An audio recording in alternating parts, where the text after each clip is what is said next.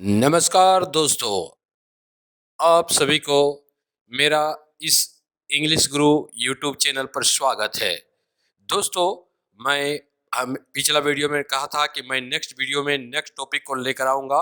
आज मैं फिर से आपके आगे नेक्स्ट वीडियो में नेक्स्ट टॉपिक को लेकर आया हूँ और आज का टॉपिक है मेरा वर्ड, जिसका हिंदी अर्थ होता है शब्द।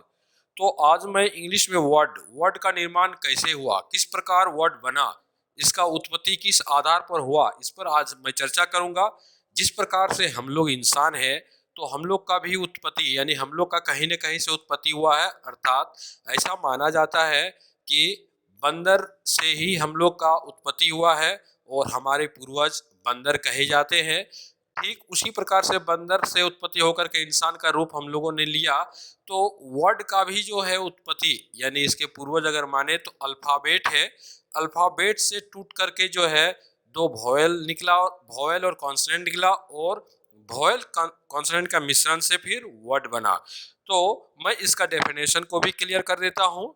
इसमें डेफिनेशन है, देखिए लिखा हुआ है, a word is the combination of a vowel and a consonant or vowels and consonants that expresses a particular meaning। अर्थात शब्द स्वर वर्ण और व्यंजन वर्ण या स्वर वर्णों और व्यंजन वर्णों का मेल होता है, जो एक सार्थक या सही अर्थ प्रकट करता है। तो यहाँ पर जो है इस स्वर वर्ण और व्यंजन वर्ण मीन्स वोवेल और कॉन्सोनेंट को मिला करके वर्ड का निर्माण होता है, जिसका एक अर्थ निकलना चाहिए। ऐसा नहीं कि वोवेल और कॉन्सोनेंट को आप मिला दिए और उसका कोई अर्थ नहीं निकल रहा तो वो वर्ड हो जाएगा, ऐसा नहीं है। एक वोवेल और एक कॉन्सोनेंट को मिला करके वर्ड बनता है और उसका अर्थ अगर निकलता है तब वो वर्ड है। या अनेक कॉन्सोनेंट और अनेक वोवेल को मिला करके जो है अगर वर्ड बनता है और उसका एक अर्थ निकलता है तब समझिए कि वह एक वर्ड है। लेकिन ऐसा ना नहीं कि आप वोवेल और कॉन्सोनेंट को किसी भी तरह से आप लगा करके उसको वर्ड बनाना चाहें और उसका अर्थ ना निकले और वर्ड बन जाए, ऐसा नहीं हो सकता। जैसा कि आगे एग्जाम्पल में मैं आप लोग को समझाना चाहता हूँ। देखिए एग्जाम्पल में मैंने किस तरह से वर्ड का यहाँ निर्माण हुआ उसको देखिए। O plus X equal to ox. Ox means बैल, जो आप इस तस्वीर में भी देख सकते हैं। यानी कि यहाँ पर देखिए कि किस प्रकार से वर्ड का निर्माण हुआ। ओ हमारा वोवेल है प्लस एक्स हमारा कॉन्सोनेंट है, तो B plus C equal to word बना, यानी ओ प्लस एक्स को मिला दिए ऑक्स, इसका अर्थ निकला बैल, तो उसका जो है एक वर्ड का रूप ले लिया। इसी तरह से दूसरा एग्जाम्पल में जो है ढेर सारा कॉन्सोनेंट और वॉयल को मिलाकर के एक वर्ड बनाया गया है, जिसमें देखिए आपका ब्यूटीफुल, यहाँ पर जो है B plus E plus A plus U plus T plus I plus F plus U plus L equal to beautiful, जिसका अर्थ सुंदर होता है। जिसको आप देख सकते हैं कि कौन कौन कॉन्सोनेंट है और कौन कौन सा लेटर जो है वॉवेल है। देखिए बी मेरा कॉन्सोनेंट है, ई वॉवेल है, ए वॉवेल है, यू वॉवेल है, टी कॉन्सोनेंट है, आई वॉवेल है, एफ कॉन्सोनेंट है, यू वॉवेल है और एल कॉन्सोनेंट है। और टोटल इस वर्ड में जो है C4 प्लस V5 यानी कॉन्सोनेंट 4 है और वॉवेल 5 है। और इस तरह से मिलाकर एक वर्ड बना ब्यूटीफुल। और इस ब्यूटीफुल तस्वीर से आप समझ सकते हैं कि ब्यूटीफुल मीन्स क्या होता है। ब्यूटीफुल मीन्स होता है सुंदर। तो इस तरह से एक सही अर्थ निकला वॉवेल और कॉन्सोनेंट को मिलाकर, या वॉवेल्स और कॉन्सोनेंट्स को मिलाकर के अर्थ निकलता है तब वो वर्ड है। ना कि ऐसा ना होना चाहिए कि देखिए इसी को हम उल्टा कर दिए x plus o equal to x o, ये वर्ड नहीं है। क्रॉस चिन्ह आप लगा हुआ है, एक्सो का कोई अर्थ नहीं निकलता है, इसलिए वर्ड नहीं। ऐसा ना कि देखिए सर कि यहाँ पर भी जो है कि कॉन्सोनेंट और वॉवेल को तो मिलाया गया है लेकिन अर्थ नहीं निकलता, इसलिए वर्ड नहीं है। एक दूसरा देखिए ब्यूटीफुल को उलट फेर कर दिए, E plus B plus A plus U plus I plus T plus F plus U plus L. और ये एप्टीफुल यहाँ पर भी ये कोई वर्ड नहीं, इसका कोई अर्थ नहीं निकलता है, इसलिए ये वर्ड नहीं है। तो इस प्रकार से जो है कि वॉवेल और कॉन्सोनेंट को सही तरीके से मिलाने के बाद जब अर्थ निकलता हो तब वो वर्ड होता है। अब हम आगे की ओर चलते हैं कि वर्ड्स का भी जो है भेद है according to parts of speech in English grammar, word has been divided into 8 parts. I mean to say, according to parts of speech in English grammar, word has been divided into 8 parts. क्या क्या है देखिए, noun इसका हिंदी होता है संज्ञा, pronoun सर्वनाम, adjective विशेषण, वर्ब क्रिया, एडवर्ब क्रिया विशेषण, प्रीपोजिशन संबंध सूचक, कंजंक्शन संयोजक, इंटरजेक्शन विस्मयादि बोधक। तो ये जो है कि ये 8 पार्ट है, दुनिया का जितना भी वर्ड है इसी 8 पार्ट्स में डिवाइडेड किया गया है। अब इस चीज को थोड़ा सा समझते हैं कि वर्ड देखिए, सबसे पहले क्या है नाउन। नाउन मीन्स होता है संज्ञा।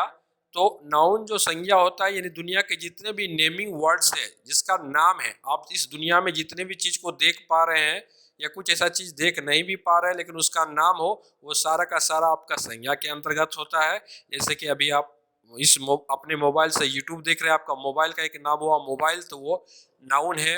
आप अगर चेयर में बैठे हुए तो चेयर नाउन है, काउ वो नाउन है, कैट नाउन है, एयर नाउन है। इस तरह जिनका भी नाम हो गया वो सारे नेमिंग वर्ड्स नाउन होते हैं।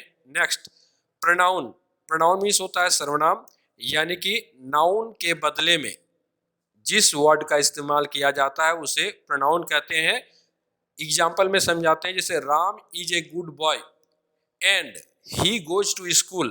पहला वाक्य में जो है मैंने कहा Ram is a good boy, तो राम यहाँ पर नाउन है, राम एक अच्छा लड़का है। And he goes to school, और वह स्कूल यानी विद्यालय जाता है, तो वह राम के बदले जो मैंने वह ही, तो ही सी इट दे, ये सब क्या है, ये सारे के सारे प्रोनाउन है, सर्वनाम है। नेक्स्ट है एडजेक्टिव। एडजेक्टिव मीन्स होता है विशेषण। एडजेक्टिव का मतलब होता है कि जो संज्ञा या सर्वनाम यानी नाउन और प्रोनाउन का विशेषता को जो बतलाता है उसे एडजेक्टिव कहा जाता है। जैसे Ram is a good boy, इसमें 2 नाउन था, एक राम था, इधर बॉय। तो बॉय से पहले जो वर्ड लगा गुड, यानी लड़का तो है लेकिन उस लड़का का विशेषता क्या बताया, गुड, अच्छा है। तो यहाँ पर गुड जो है वो एडजेक्टिव है। या प्रोनाउन का विशेषता, जैसे यू आर गुड, आप अच्छे हो, तो यू आर गुड, तो यहाँ पर गुड हो, अच्छे हो, कौन, आप, यू, तो सर्वनाम का विशेषता बतलाया। इस तरह से यह संज्ञा या सर्वनाम का विशेषता को एडजेक्टिव बतलाता है। नेक्स्ट चलते हैं वर्ब क्रिया। तो वर्ब जो है एक एक्शन, एक कार्य को दर्शाता है या एक अवस्था को दर्शाता है, तो उसे हम क्रिया कहते हैं। जैसे आई प्ले क्रिकेट, मैं क्रिकेट खेलता हूँ, तो यहाँ पर एक एक्शन हो रहा है प्ले, खेलने का, तो खेलना क्या है, वर्ब है। कुछ कुछ जगह पर जो है ये वर्ब ना होकर के जो है क्या बताता है, एग्जिस्टेंस को बताता है। जैसे कि आई एम अ टीचर, मैं एक शिक्षक हूँ, यानी यहाँ एम जो इस्तेमाल किया गया है, यह एम एक पहचान को दर्शाता है, यानी कि है हो हूँ इसका अर्थ होता है। तो यहाँ पर एम भी आपका वर्ब है। इसमें से कौन हेल्पिंग वर्ब है, कौन मेन वर्ब है, जिसका आगे का वीडियो जब बनाएंगे तो स्पष्ट करके सारी चीज को समझाएंगे। नेक्स्ट आगे चलते हैं।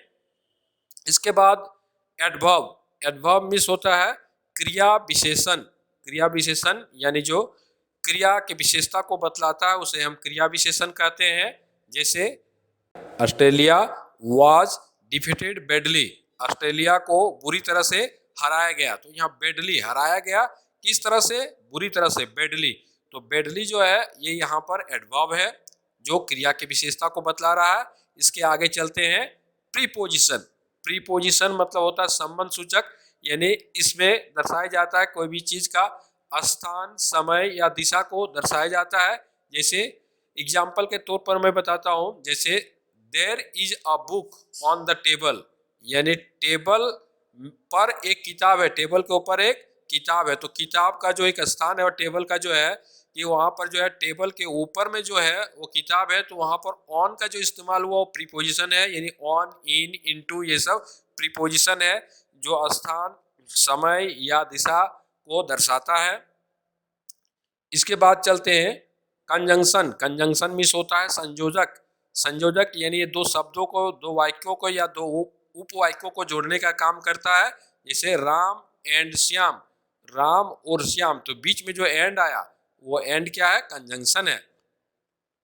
इसके आगे इंटरजेक्शन, इंटरजेक्शन मिस होता है विस्मयादि बोधक। इसमें दुख का या खुशी का इजहार जब हम लोग करते हैं तो या आश्चर्य का, जैसे hurray India one the match, तो यहाँ पर हुर्रा, आह, अल्लाह, ये सब क्या आता है, विस्मयादि बोधक के अंतर्गत आता है।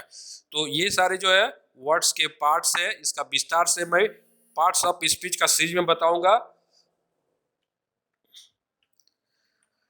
अब इसके बाद एक टास्क मैं आप लोग को दे रहा हूं, ये पार्ट्स ऑफ स्पीच के अंतर्गत किसमें आएगा, आप कमेंट बॉक्स पर लिख कर बताएंगे। जैसे एक है इनटू, दूसरा है बट, तीसरा है वाटर, चौथा है डांस, पांचवा है अल्लाह, छठा है दे, सातवां है बेडली, आठवां है पुअर। दोस्तों, अगर आपको मेरा ये YouTube चैनल का ये वीडियो बहुत ही अच्छा लगा हो या अच्छा भी लगा हो, तो मैं चाहता हूं कि मेरे आप इस YouTube वीडियो के चैनल को सब्सक्राइब करें, बेल आइकन को प्रेस करें, लाइक करें, कमेंट करें और शेयर करें। Thank you.